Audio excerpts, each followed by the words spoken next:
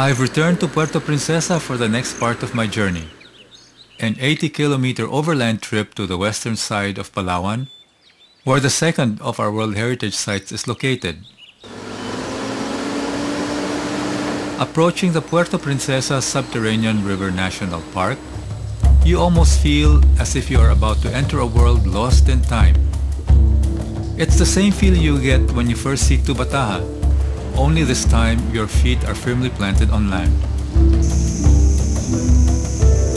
It may not exactly be Jurassic Park, but it certainly comes close, despite the fact that the creatures here are definitely more benign. To better appreciate the park's unique geological features, I've arranged to interview Dr. Jose Antonio Socrates, a well-respected authority in his field. And here we have a magnificent limestone rock formation that has been carved into a karst topography with a unique underground river system close to the sea, where the jungle goes all the way to the beach. And in some places there, you're on the other side of the karst, and you face the karst, you see a view of colossal magnificence. Dr. Socrates further explained that about 30 million years ago, a shallow tropical sea covered the area where the park is now situated. Over time, thick layers of mud and the shells of billions of tiny sea creatures gradually built up and hardened to become limestone. The limestone was in turn slowly dissolved by rain and groundwater on and under its surface. This created bizarre and unusual formations which presently characterize the park's remarkable and unique topography. In geology, this is known as karst. Karst is the name of a town in the former Yugoslavia, which is surrounded by limestone formations. Beneath majestic Mount St. Paul, the hills, valleys, flatlands, and coastal areas of the park also sustain a wide array of ecosystems. These were described to me by Janie Baldera, a dedicated environmentalist who has conducted an extensive survey of the park. It actually represents almost all of the forest types found in the Far East, like beech forest, mangrove forest, lowland evergreen forest, montane forest, and forest on ultra basic rocks or soils. So basically, it already has representative of a diversity of habitats. Also notable among the park's ecosystems is the mangrove forest, which is reputed to be the most well-preserved in the entire country. I've also learned that there are at least 149 different vertebrates to be found in the park, one-third of which are endemic to Palawan. This simply means that they exist nowhere else on Earth.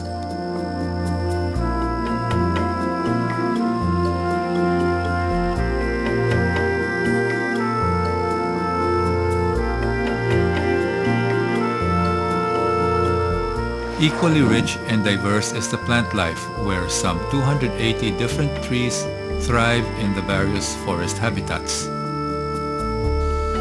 It was precisely because of its unique geological features and globally significant biodiversity that the 22,000-hectare Puerto Princesa Subterranean River National Park was inscribed as a World Heritage Site in 1999.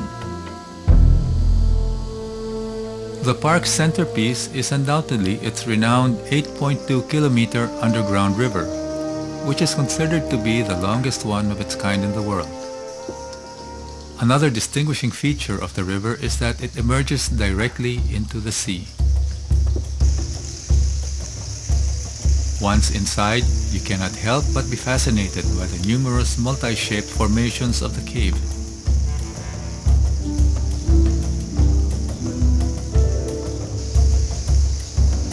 The two most common are the stalactites, which hang down from the ceiling, and the stalagmites, which form on the cave floor.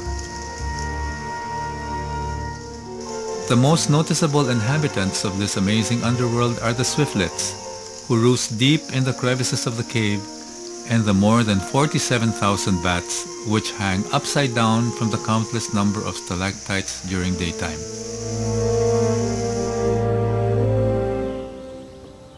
The park is, as inscribed by UNESCO, is our heritage. It's God's gift to Palawan.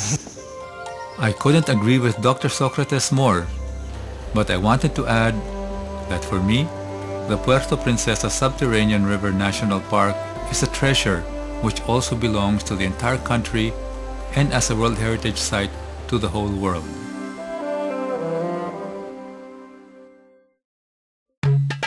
From Palawan, I head north to the mountains of the Cordillera region, where centuries ago, a fiercely proud and independent people known as the Ifugao created one of the world's truly outstanding achievements. Covering an area of 20,000 square kilometers and stretching across 5 provinces, the rice terraces of the Philippine Cordilleras was inscribed by UNESCO on its World Heritage List in 1995. Aerial photographs clearly reveal the colossal magnitude of the rice terraces and why they are widely believed to be the most extensive rice terraces system in the world. There is a sense of tranquility and quiet strength that you immediately feel once you are here. There is also that sense of national pride in knowing that the most outstanding monument of our country is one that is not a symbol of civic or religious authority, or one that commemorates a battle or a victory against oppression. For me, the rice terraces celebrate something more, the genius and soul of a people. These were our forefathers who developed an entire system of cultural, agricultural, engineering, and environmental practices to grow rice, our principal food. According to some anthropologists, this involved centuries of hard physical labor, following an ingenious method of carving terraces into the steep mountainsides using only the most basic tools. Because they used water in order to build the terraces. What they do is build a wall, then dam a stream upstream, hold the water there.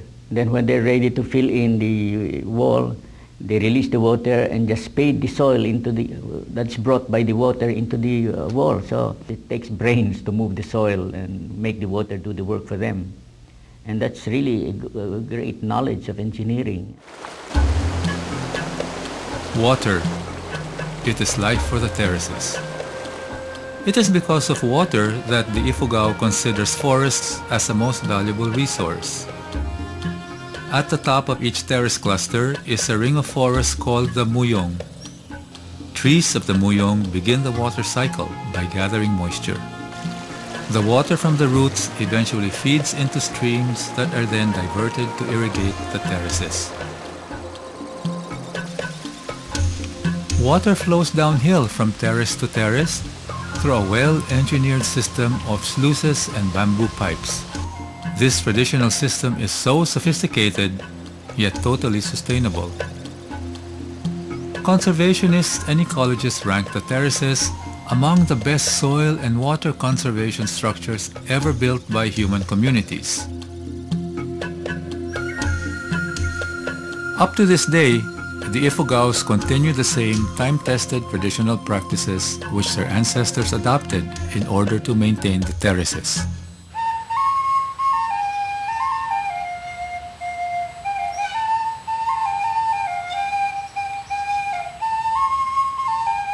Because of this long and harmonious interaction between man and nature, UNESCO has cited the rice terraces as a living cultural landscape. But the origins of the Ifugao and why they built monumental landscapes on such difficult terrain remain shrouded in myth and conjecture. To shed more light on this, I asked Mr. Manuel Dulawan to tell me about early Ifugao beliefs, as well as his views concerning the rice terraces. that the construction of the first rice terraces according to Ifugao myth was taught by the deity Dinipan of Tahaadan to the hunter brothers Kabigat and Balituk, the sons of Tadona and Inuke of Kiyangan. They were able to construct such structures that withstood earthquakes, typhoons, and other natural elements. Dr. Jesus Peralta offers a more historical and sociological explanation. By 6000 BC, there is a movement of peoples from the coastal areas of Southeast Asia. Some moved by boats into the islands, and these people are known as the Austronesians. And they are the ones who brought agriculture into the Philippines. So it's probable that the Fugao came from these people coming from the staging area in Southeast Asia. Really, it's movements of people. If you study the terraces, the older terraces are down below. So it's really movement up because you cannot build a terrace without water. So you have to start moving up to get to water. For the Ifugao, daily life, cultural practices, religious beliefs, and even literature have always revolved around rice.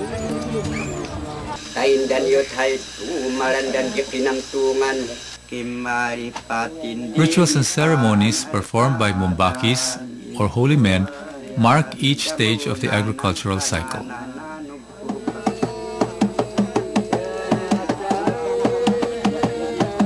The Ifugao before sincerely believed that when they perform such rites, the gods or the deities and ancestral spirits had intervened in their pleas, in their pleadings to ensure the productivity of the rice culture.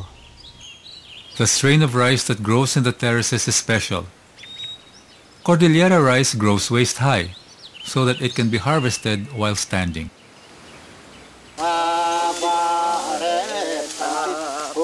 Harvesting is done while chanting the traditional hudhud, which has been honored by UNESCO as one of the world's masterpieces of oral and intangible heritage of humanity.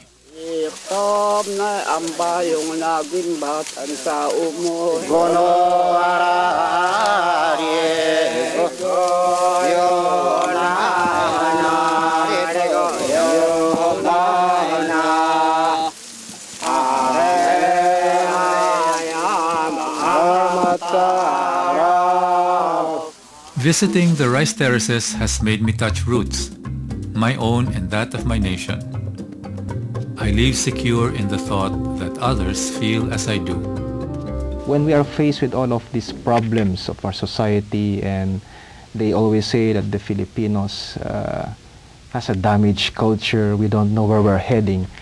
I always believe, I subscribe to the principle that we have to look back into our history and gain the lessons, from the travails of the original Filipinos. And the rice terraces is a sterling example on how communities can be maximized, can be galvanized towards creating masterpieces.